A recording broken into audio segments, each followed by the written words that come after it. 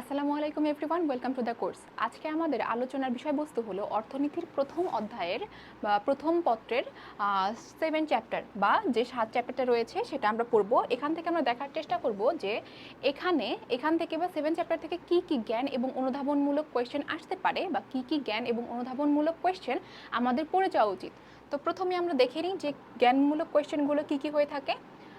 একদম যদি প্রথম থেকে দেখি যে সংগঠন যে চ্যাপ্টারটা রয়েছে, এখানে প্রথম হলো সংগঠন বলতে কি বোঝায় বা বিভিন্ন যে সংগঠনগুলো রয়েছে সেগুলো কিভাবে কাজ করে বা কি কি প্রকারভেদ রয়েছে। তার মধ্যে প্রথম প্রকারভেদ হলো এক মালিকানা কারবার কাকে বলে। এক মালিকানা কারবার আমরা যদি একদম খুবই বেসিকভাবে দেখতে যাই তাহলে কি দেখা যায় যে একজন মালিকানা মানে একজন ব্যক্তির মালিকানায় যে কারবার পরিচালিত হয় বা যে সংগঠন পরিচালিত হয় তাকে এক মালিকানা কারবার বলা হয়ে থাকে। এখন আমরা যদি একটু গুছিয়ে বলতে চাই তাহলে আমরা বলবো যে একজন মালিক কর্তৃক ব্যবসায় প্রতিষ্ঠান পরিচালিত হলে তাকে এক মালিকানা কারবার বলে।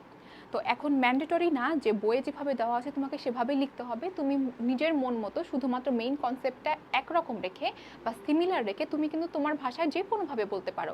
এক মালিকানা কারবার হলো একজন ব্যক্তির মালিকানা দ্বারা পরিচালিত কারবার। তো যে কারবারে বা যে সংগঠনে একজন মাত্র মালিক থাকে বা একজন মাত্র ব্যক্তি মূলধন বিনিয়োগ করে বা সংগঠকের দায়িত্ব পালন করে তাকে কি বলে, তাকে কিন্তু এক মালিকানা কারবার বলা হয়। সেই কারবারকে কি বলা হয়ে থাকে, এক মালিকানা কারবার বলা হয়ে থাকে। নেক্সট কোয়েশ্চেনে আসি, অংশীদারি কারবার বলা হয়ে থাকে কাকে বা অংশীদারি কারবার বলতে কি বুঝো। এখন এক মালিকানা কারবার যেহেতু আমরা বুঝলাম তাহলে অংশীদারি কারবারও আমাদের একটু কনসেপ্টটা হয়তো মাথায় ঢুকেছে। সেটা হলো যে এখানে কয়েকজন থাকবে, কয়েকজন তাদের অংশ নিয়ে থাকবে বা তাদের মূলধনের অংশ বিনিয়োগ করবে।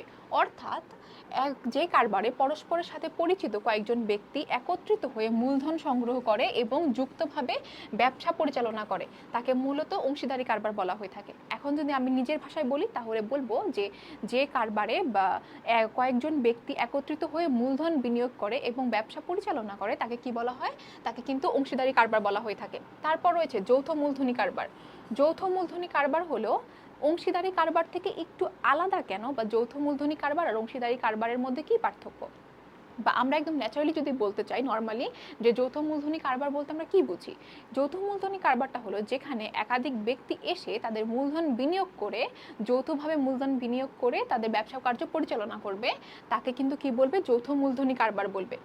এখানে বলা হয়েছে মুনাফা অর্জনের উদ্দেশ্যে একাধিক ব্যক্তি স্বেচ্ছায় একত্রিত হয়ে নিজেদের সামর্থ্য অনুযায়ী যৌথভাবে মূলধন কি করবে, বিনিয়োগ করবে সীমাবদ্ধ দায়ের ভিত্তিতে যে কারবার গঠন করবে। ঠিক আছে, তাহলে একাধিক ব্যক্তি মূলধন মানে স্বেচ্ছায়, এখানে কোনো প্রেশার দেওয়া থাকবে না বা জোর করে আনা থাকবে না, স্বেচ্ছায় যারা মূলধন বিনিয়োগ করবে, বিনিয়োগ করে যে ব্যবসায় প্রতিষ্ঠানটা দাঁড় করাবে তাকে কি বলা হয়ে থাকে, যৌথ মূলধনী কারবার বলা হয়ে থাকে।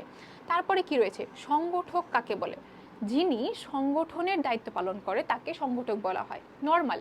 এখন অনেকে বলতে পারে যে সংগঠনটা কি বা সংগঠক বলতে কি বোঝায়। মূলত ব্যবসায় একটা প্রতিষ্ঠান পরিচালনার জন্য আমরা জানি 4টা উপকরণ থাকে। একটা হলো শ্রম, মূলধন, একটা হলো ভূমি, আর একটা হলো সংগঠন। সংগঠনটা হলো শ্রম, মূলধন বা ভূমি, এই 3টা জিনিসকে যে একত্রিত করবে, যে একত্রিত করে ব্যবসায় কার্য পরিচালনা করবে সেটাকে বলা হয় মূলত সংগঠক। যে এই সংগঠকের বা এই ব্যক্তির যে প্রতিষ্ঠানটা রয়েছে তাকে বলা হবে সংগঠন, তাই না? তো এখন তাহলে কোনো ব্যবসা প্রতিষ্ঠান পরিচালনায় যে ব্যক্তি সংগঠনের কাজ করে তাকে কি বলা হবে, তাকে বলা হবে সংগঠক বলা হবে। অর্থাৎ যে সংগঠন করার প্রতিষ্ঠানটা পরিচালনা করবে, যে ব্যক্তি পরিচালনা করবে সেই ব্যক্তিকে বলা হবে সংগঠক। তারপরে আমরা নেক্সট কোয়েশ্চেনে চলে আসি। নেক্সট কোয়েশ্চেন হলো স্বায়ত্তশাসিত প্রতিষ্ঠান। স্বায়ত্তশাসিত প্রতিষ্ঠান হলো সেই প্রতিষ্ঠানগুলো যেগুলোর মূলধন বা বেসিক যে টাকাটা সেটা দেয় হলো সরকার। সরকার থেকে তারা নেয়, কিন্তু সেখানে সরকারের কোনো হস্তক্ষেপ থাকে না, মানে তারা নিজেদের ইচ্ছা মতো তাদের ব্যবসায় কার্য পরিচালনা করতে পারে। অর্থাৎ স্বায়ত্তশাসিত প্রতিষ্ঠান হলো সে ধরনের প্রতিষ্ঠান যেখানে সরকার অর্থ সহায়তা দেয়, অর্থাৎ সরকারের অর্থ সহায়তায় পরিচালিত হয়, তবে প্রশাসন নিজের নিয়মে পরিশাসিত হয়। অর্থাৎ এখানে সরকারের তেমন কোনো ইনফ্লুয়েন্স থাকে না, তারা নিজেদের মতো রুলস রেগুলেশনস ফলো করে উৎপাদন পরিচালনা করে বা উৎপাদন কার্য পরিচালনা করে। সংগঠন কাকে বলে, এই দেখো একটু আগে আমরা পড়েছিলাম সংগঠক আর সংগঠনের মাঝে পার্থক্য কি। সংগঠন হলো কোনো ব্যবসায় প্রতিষ্ঠান পরিচালনায় যে ব্যক্তি, আচ্ছা এখানে এটা সংগঠন তো না, সংগঠক, সংগঠক, আচ্ছা, যে ব্যক্তি সংগঠনের কাজ পরিচালনা করে তাকে সংগঠক বলে। এখন আমাদের যদি এটা না হয়ে কোয়েশ্চেন আসতো যে সংগঠন কাকে বলে, আমাদের আসতো যদি কোয়েশ্চেন সংগঠন কাকে বলে, সংগঠন বলতাম, তাহলে আমরা কোনো প্রতিষ্ঠানকে বোঝাতাম যেখানে কোনো ব্যক্তি তার স্কিলের মাধ্যমে, তার এক্সপিরিয়েন্সের মাধ্যমে সেই ভূমি, শ্রম, মূলধন ইত্যাদি একত্রিত করে কাজ পরিচালনা করে বা ব্যবসায় উৎপাদন কার্য পরিচালনা করে, সেটা যেই প্রতিষ্ঠানের মাধ্যমে, সেই প্রতিষ্ঠানটাকে কি বলতাম, সংগঠন বলতাম। বা যেটা সেই প্রসেসটাকে বলতাম, প্রসেসটাকে আমরা কি বলতাম, প্রসেসটাকে আমরা সংগঠন বলতাম, বা সংগঠন যে করেছে। এনজিও কি? এনজিও হলো দেশি বিদেশি অনুদানপ্রাপ্ত সেবামূলক ও উন্নয়নমূলক বেসরকারি সাহায্য সংস্থাকে এনজিও বলে। অর্থাৎ এনজিও যদি আমরা একটু এলাবোরেট করি তাহলে আমরা বলবো যে এটা হলো নন গভর্নমেন্ট অর্গানাইজেশন, তাই না? নন গভর্নমেন্ট হলো যেখানে কোনো সরকারি অনুদান থাকবে না বা সরকারি সহায়তা থাকবে না, এটা মূলত পরিচালিত হয় সম্পূর্ণ বিদেশি অনুদানে। তাহলে বিদেশি অনুদানপ্রাপ্ত এমন একটি সেবামূলক ও উন্নয়নমূলক বেসরকারি সংস্থা। এখানে মূলত এনজিওগুলোর মেইন কাজ কি থাকে? এনজিওগুলোর মেইন কাজ থাকে যে সেবামূলক বা কি মূলক, উন্নয়নমূলক। এটা মূলত সেবা, হয়তো যেমন দেখবে যে আমাদের যে ব্র্যাক একটা এনজিও, বিভিন্ন অন্য এনজিওগুলো কি করে গ্রামীণ যে মানুষগুলো রয়েছে, গ্রামের মানুষগুলোর জীবনযাত্রা উন্নয়ন করতে বা শহরের বস্তি এই পাশের মানুষগুলোর জীবনযাত্রা উন্নয়ন করতে কাজ করে, সেটা মূলত সেবামূলক এবং উন্নয়নমূলক কাজের মাধ্যমে। তারপরে আমরা দেখি কি কি রয়েছে। ব্র্যাকের পূর্ণরূপ রয়েছে। ব্র্যাকের পূর্ণরূপ হলো বাংলাদেশ রুরাল অ্যাডভান্সমেন্ট কমিটি। ব্র্যাকের পূর্ণরূপ হলো বাংলাদেশ রুরাল অ্যাডভান্সমেন্ট কমিটি। তারপর রয়েছে শেয়ার কি? শেয়ার বলতে কি বুঝো? এখানে মূলত শেয়ারের কনসেপ্টটা কোত্থেকে এসেছে? শেয়ারের কনসেপ্টটা এসেছে যৌথ মূলধনী কারবার থেকে। আমরা আগেই বলেছিলাম যৌথ মূলধনী কারবারটা হলো এক বা একাধিক ব্যক্তি যেখানে তাদের ইচ্ছা অনুযায়ী বা স্বেচ্ছায় মূলধন বিনিয়োগ করে যে ব্যবসা কার্য বা কারবার পরিচালনা করে তাকে কি বলা হয়? যৌথ মূলধনী কারবার। তো এই যৌথ মূলধনী কারবারে যে আমরা ইনভেস্ট করলাম, ইনভেস্ট করার আমাদের মোটিভটা কি থাকে? আমাদের উদ্দেশ্য থাকে হলো যে এখান থেকে কিছু বা অনেক বেশি মুনাফা পাওয়া, তাই না? সেই যে মুনাফা রয়েছে, যে যৌথ মূলধনী কারবারের যে মোট যে মূলধন আমরা পাই বা যে আমরা যে ইনভেস্ট করার ফলে যে লাভটা হয় বা প্রফিট বা মূলধনটা, সেটাকে যখন ক্ষুদ্র ক্ষুদ্র অংশে বিভক্ত করা হয় তখন তাকে কি বলা হয়? শেয়ার বলা হয়। এখন দেখা গেল যে একটা কোম্পানিতে 4জন ইনভেস্টর রয়েছে বা 4জন মেম্বার রয়েছে। এখানে কি করা হবে? তাদের ইনভেস্টের বা তাদের পরিশ্রমের পরিমাণ অনুযায়ী একটা অংশ প্রফিটের, এই মূলধনের বা প্রফিটের একটা অংশ কি করা হবে? তাদেরকে দিয়ে দেওয়া হবে। এটা তাদের ন্যায্য দাবি অনুযায়ী তাদের কি করা হবে? দিয়ে দেওয়া হবে। এটাকে কি বলা হয়? এটাকে কিন্তু শেয়ার বলা হয়। প্রত্যেকটা এক একটা কি শেয়ার। তারপর রয়েছে উৎপাদনের চতুর্থ বা শেষ উপকরণ কোনটি? উৎপাদনের চতুর্থ বা শেষ উপকরণ হলো সংগঠন বা উদ্যোক্তা। সংগঠক বা উদ্যোক্তা বা সংগঠন, যেটাকে আমরা বলি সংগঠন বা উদ্যোক্তা, এখানে মূলত সে উৎপাদনের অন্য 3টি উপকরণকে একত্রিত করে উৎপাদন কার্য কি করে? পরিচালনা করে। তারপর রয়েছে কোন কারবারের শ্রমিকেরা বেশি শোষিত হয়? একটা হলো এক মালিকানা কারবারে। এক মালিকানা কারবার আমরা কি বলেছিলাম? যেখানে একজন মাত্র ব্যক্তির মালিকানা থাকে, সেই নিজে ইনভেস্ট করে, মূলধন বিনিয়োগ করে, তখন কি করে? সে যেহেতু একা সে বিনিয়োগ করছে, তো তার উদ্দেশ্য হবে সর্বোচ্চ প্রফিট আনা বা সর্বোচ্চ মুনাফা লাভ করা। সেজন্য সে কি করবে? শ্রমিকদেরকে শোষণ করবে বা শ্রমিকদেরকে টাকা দেওয়া থেকে বিরত থাকবে বা কম টাকা দেওয়ার চেষ্টা করবে বা শ্রমিকদেরকে শোষণ করবে। মানে বেশি সময় ওভারটাইম করি বা খাটিয়ে বেশি পরিমাণ প্রোডাক্ট উৎপাদন করার চেষ্টা করবে। তারপর রয়েছে যৌথ মূলধনী কারবারকে সংক্ষেপে কি বলা হয়? যৌথ মূলধনী কারবারকে সংক্ষেপে কোম্পানি বলা হয়। এটা কিন্তু একটা খুবই ইম্পর্টেন্ট কোয়েশ্চেন। এটা কিন্তু দেখা যায় যে অনেকেই জানে না বা অনেকে একটু স্কিপ করে যায় যে যৌথ মূলধনী কারবারকে কি বলা হয়ে থাকে। সংক্ষেপে কিন্তু এটাকে কোম্পানি বলা হয়ে থাকে। তারপর রয়েছে কোন কারবার আইনগত ভিত্তিতে পরিচালিত হয়? যৌথ মূলধনী কারবার। যেহেতু যৌথ মূলধনী কারবার একাধিক ব্যক্তির একাধিক ব্যক্তির মালিকানায় বা শেয়ারে পরিচালিত হয়, তো এখানে কি থাকবে? শেয়ার থাকবে। যে আমি বলেছিলাম শেয়ার থাকবে। শেয়ারগুলো বন্টনের ক্ষেত্রে বা অন্যান্য জিনিস যাতে আইনগতভাবে হয় বা পরবর্তীতে কেউ যেন মাঝখানে বিট্রে করতে না পারে, সেজন্য কি করা হয়? তাদের কিন্তু একটা আইনগত চুক্তি হয়ে থাকে। চুক্তির মাধ্যমে তারা কিন্তু সামনে আগায়, যার কারণে এটা কিন্তু আইনগত পদ্ধতিতে সামনে এগিয়ে থাকে। তারপর কোয়েশ্চেন হলো এনজিওর পূর্ণরূপ কি? এনজিওর পূর্ণরূপ হলো নন গভর্নমেন্ট অর্গানাইজেশন। আর এটা হলো এনজিওর উদ্দেশ্য কি? এনজিওর উদ্দেশ্য কিন্তু হলো যে এনজিওর মূল উদ্দেশ্য হলো পল্লীর জনগোষ্ঠীর কি করা? স্বাবলম্বী করে তোলা। আমি একটু আগেও বলেছিলাম যে এনজিওগুলোর মূলত সেবামূলক কাজ করে থাকে। কি কাজ করে থাকে? সেবামূলক বা উন্নয়নমূলক কাজ করে থাকে। এদের মূল উদ্দেশ্য হলো যে গ্রামীণ জনগোষ্ঠীকে বা যারা নিম্ন মধ্যবিত্ত বা নিচু স্তরের বিলো দ্য পভার্টি লাইন বসবাস করে তাদেরকে অনুদান দিয়ে তাদেরকে সাহায্য করে উপরে তোলা বা মেইন জনগোষ্ঠী যে তাদের সাথে নিয়ে আসা। তাহলে এনজিওর মূল উদ্দেশ্য হলো পল্লীর জনগোষ্ঠীকে স্বাবলম্বী করে তোলা বা বিলো দ্য পভার্টি লাইন যেসব মানুষ বসবাস করে তাদেরকে কি করা? তাদেরকে স্বাবলম্বী করা হলো এই এনজিওর মেইন কাজ। তারপরে দেখি তারপরে রয়েছে অনুধাবনমূলক কোয়েশ্চেনের মধ্যে আমরা প্রথমেই দেখব যে প্রথমেই রয়েছে যে অংশীদারি কারবারের বিশ্বাস ও আস্থার অভাব হয় কেন? অংশীদারি কারবারে বিশ্বাস ও আস্থার অভাব হয় কেন? এটা মূলত অংশীদারি কারবারে এক বা একাধিক ইনভেস্টর থাকে বা একের অধিক ব্যক্তি একসাথে হয়ে কি করে? মূলধনটা বিনিয়োগ করে, তাই না? যেহেতু একাধিক ব্যক্তির মালিকানায় পরিচালিত হয়, সেজন্য এখানে কিন্তু বিশ্বাস এবং আস্থার অভাব হয়। যেহেতু এক এক রকম মানুষ এক এক জায়গা থেকে এসে ইনভেস্ট করছে, তুমি হয়তো তাদের চেনো, কিন্তু তাদের মোটিভটা তুমি কি আসলে জানা সম্ভব? সেটা কিন্তু সম্ভব না।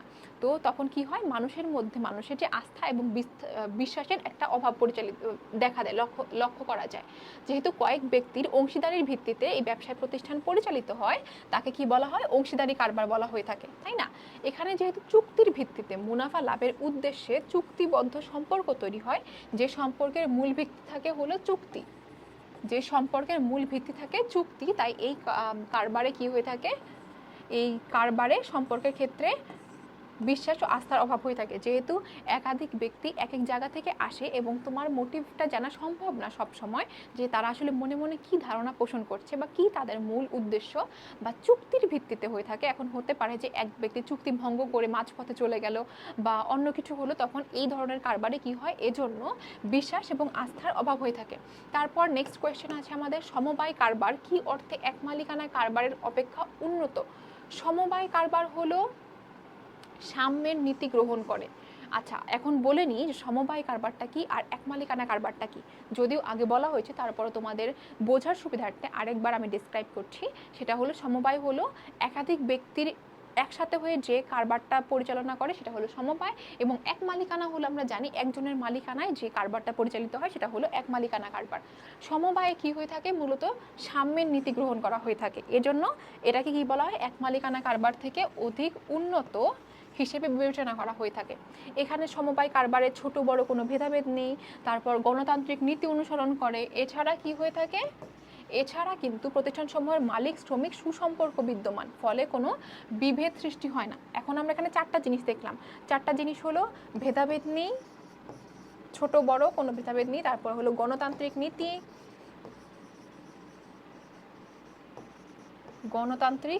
নীতি, তারপরে হলো একটা আছে শ্রমিক মালিক সুসম্পর্ক। শ্রমিক এবং মালিকের মাঝখানে কি থাকে? এক মালিকানা কারবারে কিন্তু সেটা থাকে না। এক মালিকানা কারবারে শ্রমিক মালিকের শোষণের সম্পর্ক থাকে। আর আরেকটা হলো কোনোরূপ বিঘ্ন সৃষ্টি হয় না বা বাধা সৃষ্টি হয় না, সে কারণে কি হয়ে থাকে? এক মালিকানা কারবারের তুলনায় কিন্তু সমবায় কারবার বা সমবায় যে প্রতিষ্ঠান, সেটা কিন্তু শ্রেয় বা অধিক উন্নত বলা হয়ে থাকে। বোঝা গেল? তারপর আসে হলো, আমরা নেক্সট কোয়েশ্চেনে আসি। এখানে বলা হয়েছে অংশীদারি কারবারে কি পর্যাপ্ত মূলধনের যোগান সম্ভব? আচ্ছা, অংশীদারি কারবারে কি মূলধন পর্যাপ্ত থাকে কিনা, এটা হলো একটা কোয়েশ্চেন, তাই না? এখন এইটার কোয়েশ্চেনের অ্যান্সার দিব যে অংশীদারি কারবারে প্রথমে আমরা বলেছিলাম না, একদম ডিরেক্ট অ্যান্সার দেব, তারপর ডিরেক্ট অ্যান্সারটার এলাবোরেট করব। তো অংশীদারি কারবারে মূলধনের এনাফ যোগান বা সাপ্লাই থাকা সম্ভব। কিভাবে সম্ভব? যে এটা যেহেতু একের অধিক ব্যক্তি এখানে মূলধন বিনিয়োগ করে, সুতরাং এখানে কখনো মূলধনের তেমন কোনো অভাব দেখা যায় না বা অভাব পরিলক্ষিত হয় না। এক মালিকানা কারবারে কি? এক মালিকানা কারবারে যেহেতু একজনই ইনভেস্টর, তো যদি কোনো সময় মূলধন শেষ হয়ে যায় বা বিনিয়োগ করার জন্য এনাফ মানি বা ফ্যাসিলিটি শেষ হয়ে যায়, তখন কিন্তু তার পক্ষে আর কোনো তার যদি সামর্থ্য না থাকে আর কোনো ইনভেস্ট ইনভেস্ট করা আর কোনো সুযোগ নেই। কিন্তু এটা কি বলেছে, অংশীদারি কারবার। অংশীদারি কারবারে কিন্তু একজনের যদি মানি শেষ হয়ে যায় আরেকজন ইনভেস্ট করতে পারে, তারপর আরেকজনের শেষ হয়ে গেলে আরেকজন ইনভেস্ট করতে পারে, এবং সেই ইনভেস্ট অনুযায়ী তারা তাদের শেয়ার দাবি করতে পারে, তাই না? তো এখানে কি হয়ে থাকে, অংশীদারি কারবারে এর জন্য পর্যাপ্ত মূলধনের যোগান সম্ভব। এখন দেখি বলা হয়েছে যে কোন অংশীদারি কারবার কাকে বলা হয়ে থাকে। অংশীদারি কারবারে সকল অংশীদারগণ মূলধনের যোগান দেয়, তাই কারবারে পর্যাপ্ত মূলধন সংগ্রহ করা সম্ভব। এই কারবারে প্রত্যেকেরই অধিক মুনাফা লাভের আশায় অধিক মূলধন বিনিয়োগ করে, ফলে ফলে কি হয় ফলে কি হয়, মূলধনে এই কারবার বেশি হয়ে থাকে, মূলধনের পরিমাণ এই কারবারে বেশি হয়ে থাকে। যেটা বললাম আর কি, যেহেতু একাধিক ব্যক্তি থাকে তো একজন না দিলেও আরেকজন দিতে পারবে, আরেকজন না দিলেও আরেকজন দিতে পারবে, এভাবে কিন্তু কখনো মূলধনের অভাব দেখা দেয় না, সুতরাং পর্যাপ্ত পরিমাণ মূলধন থাকে। তারপর রয়েছে সমবায় কোন অর্থে এক মালিকানা থেকে পৃথক। এটা একটু ট্রিকি কোয়েশ্চেন না, কিন্তু খুবই সোজা। কিন্তু সমবায় কিভাবে এক মালিকানা থেকে পৃথক? সমবায় হয়তো মালিকানার ভিত্তিতে সমবায় এক মালিকানা থেকে পৃথক। সমবায় হলো যেখানে কয়েকজন ব্যক্তি একত্রিত হয়ে ইনভেস্ট করবে, আর এক মালিকানা হলো যেখানে একজন ব্যক্তি মাত্র মালিক থাকবে এবং ইনভেস্ট করবে। সুতরাং মালিকানার ভিত্তিতে, কিসের ভিত্তিতে? মালিকানার ভিত্তিতে এটা কিন্তু সমবায় থেকে এক মালিকানা পৃথক।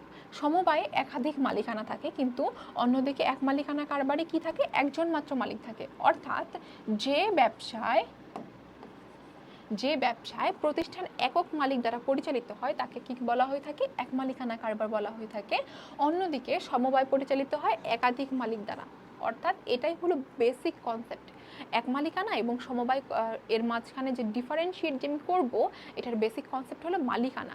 মালিকানা একজন থাকে, মালিকানা একাধিক থাকে, এটাই হলো মেইন পার্থক্য। তারপর রয়েছে যৌথ মূলধনী কারবার কেন দীর্ঘস্থায়ী হয়।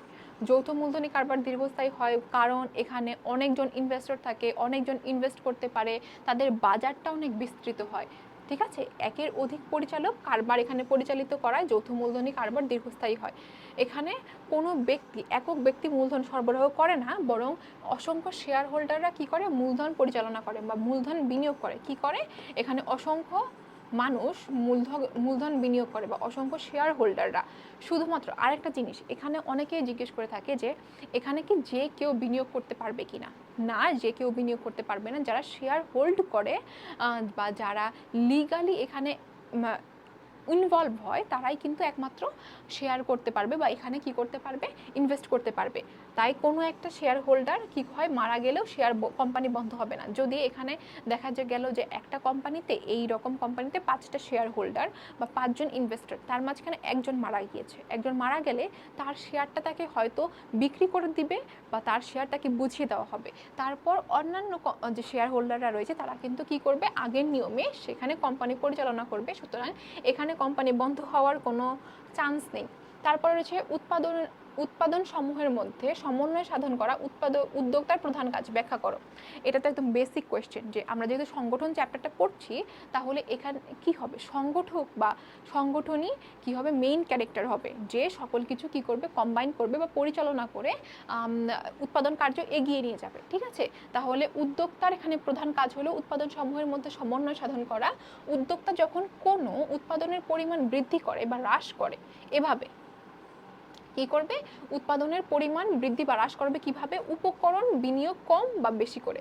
এক্ষেত্রে উদ্যোক্তাকে বিভিন্ন উপাদেয় সমন্বয়ে এভাবে ধার্য করতে হয় এবং ব্যয়ের দিকে ন্যূনতম ব্যয় রাখতে হয় এবং মুনাফা সর্বাধিক করতে হয়। তাহলে এখানে কোয়েশ্চেনটা ছিল যে উৎপাদন সমূহের মধ্যে সমন্বয় সাধন করা উদ্যোক্তার প্রধান কাজ কিনা। হ্যাঁ, অবশ্যই উৎপাদন সমূহের মধ্যে সমন্বয় সাধন করা, কোন উপাদানটা বেশি দিতে হবে, কোনটা কম ইনভেস্ট করতে হবে, কোনটা বেশি দিলে বেশি মুনাফা অর্জন হবে এবং ব্যয় কম হবে, সেটা কিন্তু দেখা কার কাজ, সেটা কিন্তু দেখা হলো উদ্যোক্তার প্রধান কাজ। ঠিক আছে, তারপর রয়েছে সংগঠককে কেন উৎপাদনের প্রধান চালিকা শক্তি বলা হয়ে থাকে। আরেকটা বেসিক কোয়েশ্চেন, যে সংগঠককে কেন উৎপাদনের কি বলা হয়ে থাকে, প্রধান চালিকা শক্তি বলা হয়ে থাকে। কারণ সংগঠক যদি না থাকতো তাহলে কিন্তু উৎপাদন কার্য বা ব্যবসায় প্রতিষ্ঠানই পরিচালিত হতো না। কারণ একমাত্র সংগঠক হলো উৎপাদন কার্যের একটা সচল একটা উপাদান, কারণ সে কি করে যে বাকি তিনটা উপকরণ রয়েছে সেগুলোকে সমন্বয় সাধন করে, সমন্বয় সাধন করে উৎপাদন কার্য পরিচালনা করে। যদি সংগঠক না থাকতো তাহলে কিন্তু এই তিনটা নিজে নিজে কখনো একত্রিত হতে পারতো না, বা একত্রিত হয়ে বা কম্বাইন্ড হয়ে উৎপাদন কার্য পরিচালনা করতে পারতো না। তাই এটা হলো মেইন চালিকা শক্তি। যদি এটা কখনো স্থবির হয়ে যায় বা স্থির হয়ে যায় তাহলে উৎপাদন কার্য কি হয়ে যাবে, বন্ধ হয়ে যাবে বা স্থির হয়ে যাবে। আরেকটা রয়েছে যে উদ্যোক্তা বলতে সংগঠককে বোঝায় না। আচ্ছা, উদ্যোক্তা বলতে সংগঠনকে বোঝায় না। আচ্ছা, উদ্যোক্তা আর সংগঠন, এখানে আমি সংগঠক যদি আমি আরেকটু স্পেসিফিক্যালি বলতে চাই, সংগঠন এবং সংগঠকের মাঝখানে পার্থক্য কি? সংগঠক, তাই না? এখানে আমি বলবো সংগঠক হলো একজন ব্যক্তি আর সংগঠন হলো প্রতিষ্ঠান। এখানে উদ্যোক্তার আরেক নামই হলো সংগঠক। তাহলে সংগঠক হলো একজন ব্যক্তি, আর এই ব্যক্তি যে কার্য পরিচালনা করে যার আন্ডারে সেটা হলো সংগঠন বা প্রতিষ্ঠানটা। সুতরাং সংগঠক, উদ্যোক্তা এবং সংগঠন দুইটা এক জিনিস নয়। এখানে আমরা দেখি কি বলেছে, উদ্যোক্তা বলতে কোনো ব্যক্তিকে বোঝায় এবং সংগঠন বলতে প্রতিষ্ঠানকে বোঝায়।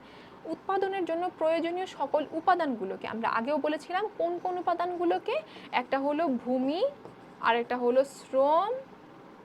আচ্ছা, আমি একটু ক্লিয়ারলি লিখে দিই। একটা হলো ভূমি, আরেকটা হলো শ্রম, আরেকটা হলো মূলধন। এই তিনটাকে উৎপাদনের উপকরণ বলতে আমরা কি বুঝাই? এই তিনটাকে বুঝাই। আর একটা হচ্ছে চারটা উপাদানগুলোকে একত্রিত করে সেগুলোকে প্রয়োজন অনুযায়ী কি করে, সমন্বয় কাজ করে।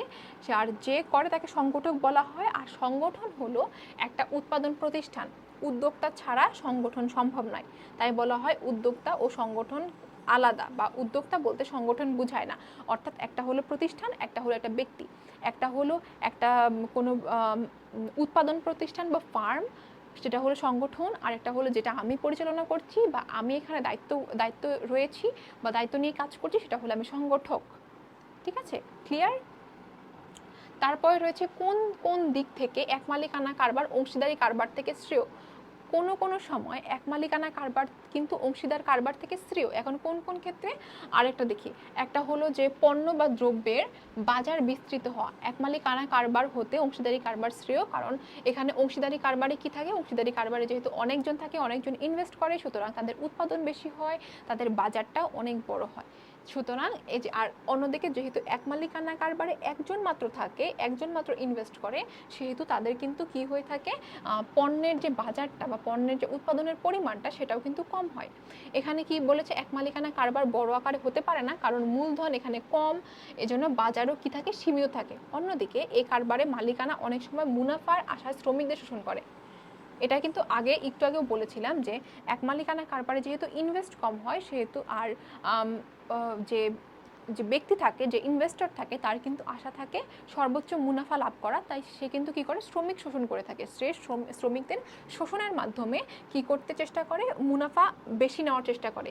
এই কারবারের স্থায়িত্ব অনিশ্চিত এবং ঝুঁকির পরিমাণ বেশি। অনিশ্চিত কেন? যেহেতু এখানে প্রফিটটা ম্যাক্সিমাইজ করা যে অবশ্যম্ভাবী না, একদম শিওর না, সুতরাং এটা কিন্তু সংগঠক বা যে ইনভেস্টর রয়েছে সে কিন্তু হতাশ হয়ে যেতে পারে, সে কিন্তু কোম্পানি বন্ধ করে দিতে পারে যদি সে এনাফ প্রফিট না পায়। সুতরাং কি হয়, এখানে ঝুঁকির পরিমাণ বেশি।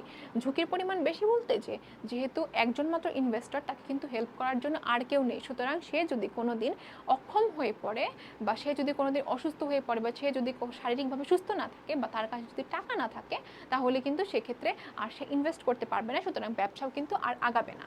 অন্যদিকে অংশীদারি কারবারে 2 বা ততোধিক মালিকানা থাকে, ফলে মূলধনের যোগান বেশি, এটা হলো 1 নাম্বার। তারপর বাজার হয় ব্যাপক, 2। যেহেতু মূলধন অনেক বেশি সেহেতু বাজার অনেক ব্যাপক হয়। এখানে স্থায়িত্ব এবং স্থিরতা বেশি হয়, 3। এবং ঝুঁকির পরিমাণ থাকে হলো কম। যেহেতু অনেকজন ইনভেস্টর থাকে, সেহেতু কোনো এক ইনভেস্টর যদি তাদের টাকা দিতে বা ইনভেস্ট করতে অক্ষম হয়, অন্য ইনভেস্টর কিন্তু সেটার ক্ষতি পোষণ করে দিতে পারে বা পূরণ করে দিতে পারে। সুতরাং এখানে তেমন কোনো ঝুঁকি থাকে না। তারপর রয়েছে কোয়েশ্চেন, রাষ্ট্রায়ত্ত প্রতিষ্ঠানগুলো কেন ক্ষতির সম্মুখীন হয়? রাষ্ট্রায়ত্ত প্রতিষ্ঠানগুলো মূলত কোনগুলো প্রতিষ্ঠান? যেগুলো রাষ্ট্রের অধীনে বা রাষ্ট্রের মালিকানায় বা রাষ্ট্রের ইনভেস্টমেন্টে পরিচালিত হয়।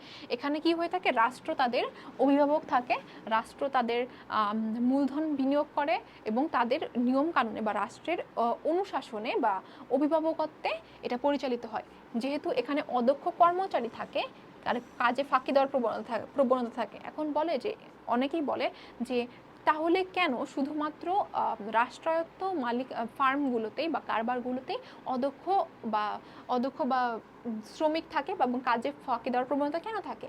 কারণ এখানে রাষ্ট্রীয় আমলা দ্বারা পরিচালিত হয়, ঠিক আছে?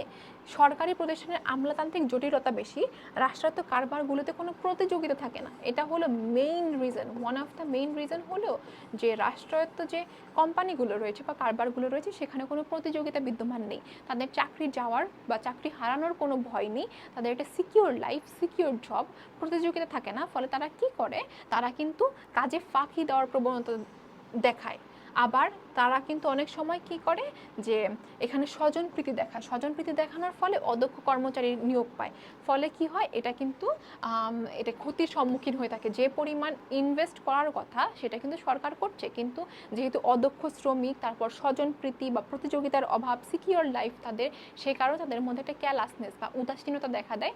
যার ফলে কি হয়? এখানে সে অনিয়ম দেখা দেয়, অনিয়ম দেখা দিলে দুর্নীতি দেখা দেয়। ফলে সে পরিমাণে প্রোডাকশনটা হয় না, সে পরিমাণে কি হয় না? প্রোডাকশনটা হয় না, কারবারটা ক্ষতির সম্মুখীন হয়। কারবারটা কি হয়? ক্ষতির সম্মুখীন হয়। তারপরে রয়েছে অংশীদারি কারবারের সুবিধাসমূহ কী কী? অংশীদারি কারবারের সুবিধাসমূহ হলো যে একাধিক মানুষ থাকে, মূলধন বেশি থাকে, ফলে কারবারের স্থায়িত্ব ও স্থিরতা বেশি হয়। ওই যে মূলধনের পরিমাণ বেশি, এটা যদি আমরা 1 ধরি, স্থায়িত্ব স্থিরতা বেশি 2 ধরি, ঝুঁকির পরিমাণ কম, আরেকটা রয়েছে হলো ঝুঁকির পরিমাণ কম। এরকম কিন্তু 3-4টা আমরা পয়েন্ট দিয়ে যদি বলি তাহলেই কিন্তু কি হবে? এটা কিন্তু কোয়েশ্চেনটার অ্যান্সার এসেছে। একটা হলো মূলধন বেশি, অনেক পরিমাণ মানুষ রয়েছে, সুতরাং অনেক ইনভেস্টর রয়েছে, অনেক মূলধন আমরা পাবো, এটা হলো 1 নাম্বার বেনিফিটস। তারপর হলো এখানে ঝুঁকির পরিমাণ কম, আরেকটা হলো স্থায়িত্ব এবং স্থবিরতা বেশি, আরেকটা আমরা বলতে পারি যে বাজার বিস্তৃত হয়। কি হয়? বাজার অনেক বিস্তৃত হয়, ঠিক আছে? তারপর নেক্সট কোয়েশ্চেনে চলে আসি আমরা। নেক্সট কোয়েশ্চেন হলো যে এক মালিকানা কারবারের বৈশিষ্ট্য কি? এক মালিকানা কারবারের বৈশিষ্ট্য, প্রথম বৈশিষ্ট্য হলো একজন মাত্র মালিক। আমরা আগেও বলেছি, এখনো বলছি, একজন মাত্র মালিক থাকবে বা একজন মাত্র ব্যক্তির মূলধনে এটা কিন্তু পরিচালিত হবে। তাহলে কি বলা হয়ে থাকে? আমরা যদি একটা বৈশিষ্ট্য ধরি তাহলে হলো একজন মাত্র ব্যক্তির মালিকানায় থাকবে বা একজন মাত্র মূলধন বিনিয়োগ করবে। এখন আমরা দেখি কি বলেছে এখানে, যে যখন কোনো কারবার একজন মাত্র ব্যক্তির সার্বিক তত্ত্বাবধানে পরিচালিত হয় তখন তাকে কি বলে? এক মালিকানা কারবার বলা হয়ে থাকে। এটা হলো ব্যবসায় সংগঠনের আদি এবং সহজ রূপ। প্রথমত কিন্তু এই প্রথম দিকে একদম ব্যবসায় সংগঠনের প্রথম দিকে এটা কিন্তু কনসেপ্টটা ছিল না যে একাধিক ব্যক্তি একত্রিত হয়ে কি করবে? ইনভেস্ট করবে। তখন কিন্তু একজন মাত্র ব্যক্তি কি করতো? কারবার পরিচালনা করতো। তাই এটাকে কি বলা হয়ে থাকে? সংগঠনের আদি এবং সহজ রূপ বলা হয়ে থাকে। এক মালিকানা কারবার স্থাপন করা সহজ। এ ধরনের কারবার মূলধন কম হলেও চলে এবং মালিক নিজেই মূলধন সংগ্রহ করে। এই ধরনের কারবারে মালিক সবসময় একা সিদ্ধান্ত নেয়। প্রাচীনকালে এই ধরনের কারবারের গুরুত্ব বেশি ছিল। এখানে আমরা কি দেখলাম? কয়েকটি বৈশিষ্ট্য দেখতে পেলাম। সেটা হলো, একটা হলো একজন মাত্র ব্যক্তির মালিকানায় পরিচালিত হয়, তিনি সব মূলধন ইনভেস্ট করে, তিনি সব সিদ্ধান্ত নিয়ে থাকে, অন্যদের তেমন কোনো সিদ্ধান্ত নেওয়ার দরকার হয় না বা প্রয়োজন হয় না, কারণ সে একমাত্র মালিক এখানে। তাই আরেকটা জিনিস দেখেছি, সেটা হলো প্রাচীনকালে এই ধরনের কারবার কিন্তু গুরুত্ব বেশি ছিল এই ধরনের কারবার। তাহলে এই কয়েকটা জিনিস দিয়ে দিলে আমাদের কিন্তু এক মালিকানা কারবারের যে কয়েকটা বৈশিষ্ট্য উল্লেখ করা হলো। তো এই ছিল আমাদের আজকের ওভারঅল টপিক। তো তোমাদের সাথে দেখা হচ্ছে পরবর্তী ভিডিওতে বা পরবর্তী ক্লাসে। ততক্ষণ পর্যন্ত আমাদের সাথে থাকো। Thank you. আসসালামু আলাইকুম।